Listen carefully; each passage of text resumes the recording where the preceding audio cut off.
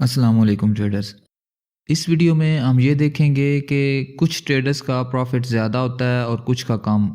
इसकी क्या वजह है और आप मंथली अपने अकाउंट से ट्रेडिंग में कितना प्रॉफिट एक्सपेक्ट कर सकते हैं, यानी मार्केट में से कितना प्रॉफिट आप सेफली निकाल सकते हैं। तो इसके लिए बाकायदा एक सेट ऑफ रूल्स है जिनको आप फॉलो करें तो आपको पता चल जाएगा कि आपको मंथली कितना प्रॉफिट बन सकता है आपके सिस्टम से। देखें, मार्केट में आप रिस्क ज़्यादा लेकर ज़्यादा प्रॉफिट तो बना सकते हैं, लेकिन उसी रेशो से लॉसेस भी बढ़ जाते हैं। तो मेन पॉइंट ये है कि आप सेफली कितना प्रॉफिट बना सकते हैं। तो आप ट्रेडिंग में रियलिस्टिक गोल कैसे सेट कर सकते हैं, इसके लिए 5 फैक्टर आपको जहन में रखने हैं। सबसे पहला फैक्टर उसमें विन रेट का है, दूसरा factor risk to reward ratio का है, और तीसरा फैक्टर आपका ड्रा डाउन है जो आपकी स्ट्रेटजी फेस करती है। चौथा फैक्टर आपका अकाउंट साइज है और पांचवा फैक्टर आपकी क्वांटिटी ऑफ ट्रेड्स है। तो इन 5 चीज़ों की बेस पे आपको ये पता चल जाता है एग्जैक्टली कि आप मंथली कितना प्रॉफिट बना सकते हैं।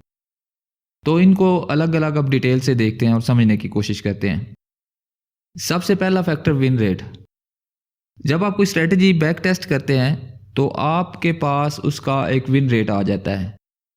याद रखें, बैक टेस्ट करने के लिए कम से कम सैंपल साइज जो रिकमेंडेड है वो 300 ट्रेड्स का है, और बैक टेस्टिंग पे एक डिटेल्ड वीडियो इसी चैनल पे पड़ी हुई है, वो आप ज़रूर देखें।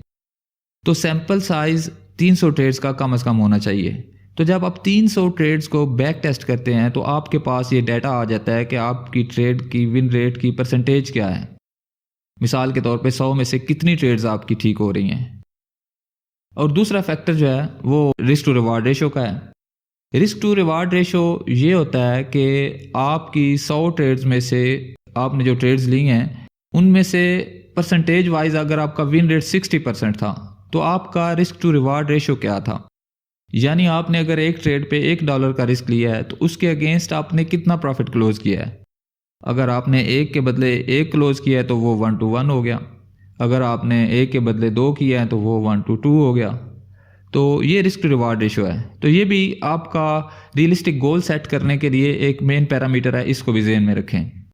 तीसरी चीज़ ड्रा डाउन है, यानी जब आपने 300 ट्रेड्स ली हैं तो ओवरऑल कितना ड्रा डाउन आपको फेस करना पड़ा अकाउंट में। ड्रा डाउन ये होता है कि आपके लॉसेस एक सीक्वेंस में जब होते हैं तो आपको आपका अकाउंट पीछे जाता है, उसमें से लॉस होता है और वो बैलेंस आपका कम होता जाता है। तो वो मैक्सिमम कितना था। ये क्यों ज़रूरी है? ये इसलिए ज़रूरी है कि इसकी बेस पे आप डिसाइड कर सकते हैं कि आपको पर ट्रेड कितना रिस्क लेना है। अगर आपको ड्रा डाउन का पता हो, फ़र्ज़ करें आपका $100 का अकाउंट था और आपने जब बैक टेस्टिंग की है तो वो मैक्सिमम $20 नीचे आया है, तो उसके बाद वो प्रॉफिटेबल रहा है। तो इसका मतलब ये है कि आप उस अकाउंट पे 2-3% भी रिस्क ले सकते हैं। चूँकि हम रियलिस्टिक गोल सेट करने की बात कर रहे हैं तो ये ज़रूरी है कि हमें पता हो ड्रा डाउन कितना होगा, ताकि उसके हिसाब से फिर हम अपना रिस्क पैरामीटर्स को एडजस्ट कर सकें। एक और चीज़ नोट करें कि इसी चैनल पे रिस्क मैनेजमेंट पे एक बाकायदा प्रॉपर वीडियो पड़ी हुई है कि रिस्क मैनेजमेंट किस तरह से, किन रूल्स के तहत आपको डिफाइन करनी होती है। चूँकि हर स्ट्रेटजी के लिए रिस्क मैनेजमेंट अलग होती है, तो वो एक प्रॉपर उसका सेट ऑफ रूल है जो आपको फॉलो करना होता है।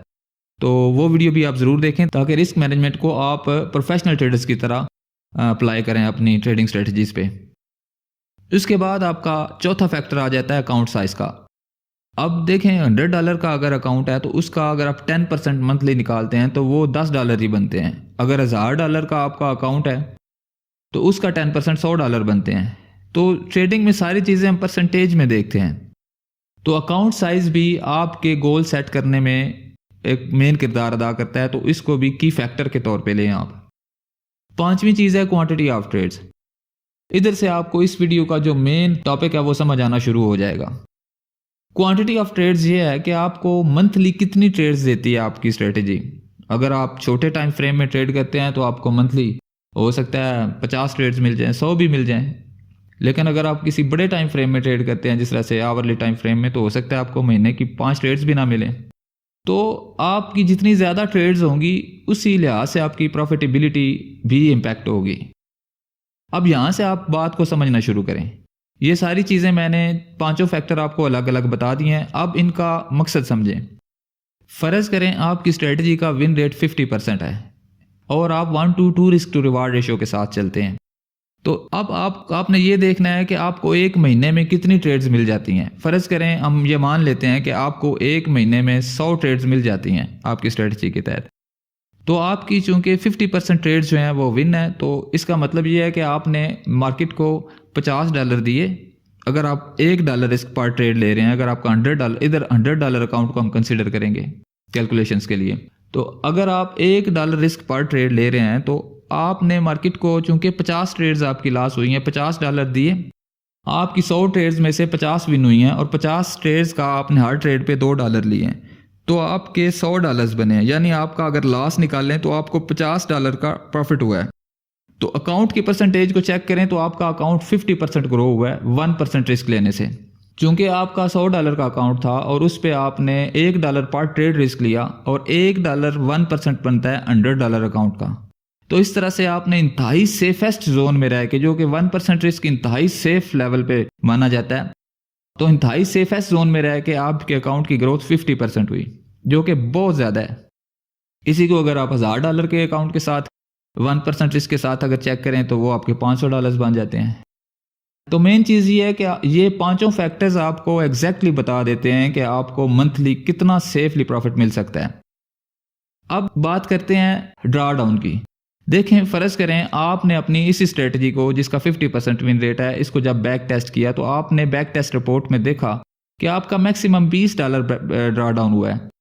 तो इसका मतलब यह है कि आप इस पे 2% रिस्क ले सकते हैं, यानी आप $100 अकाउंट के साथ अब जो आपका रिटर्न आएगा वो 100% आएगा, यानी 100 के साथ आपके 100 बन जाएंगे।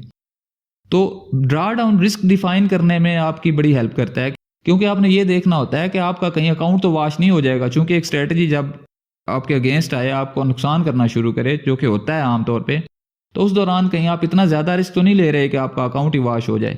इसलिए ड्रा डाउन भी आप बैक टेस्टिंग में एज ए मेन फैक्टर उसको कंसीडर करें, एज ए की मैट्रिक उसको कंसीडर करें।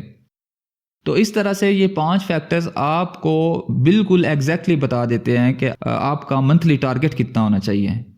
क्योंकि अगर आप बहुत बड़े टाइम फ्रेम में ट्रेड कर रहे हैं तो हो सकता है आपको महीने की ट्रेड्स ही 2 मिलें या 5 मिलें, तो उसमें तो कोई रिटर्न इतने अच्छे नहीं आएंगे ना। तो ये सारी चीज़ें आपको कंसीडर करनी है अपने ट्रेडिंग गोल सेट करते हुए।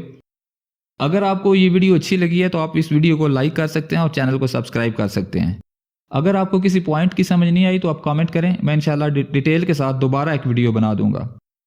और एक और चीज़ जो मैं रेकमेंड करना चाहूँगा वो ये है कि आप सिर्फ हाई प्रोबेबिलिटी ट्रेड्स पे फोकस करें। हाई प्रोबेबिलिटी ट्रेड्स आप कैसे ले सकते हैं, इसके लिए ये वीडियो देखें।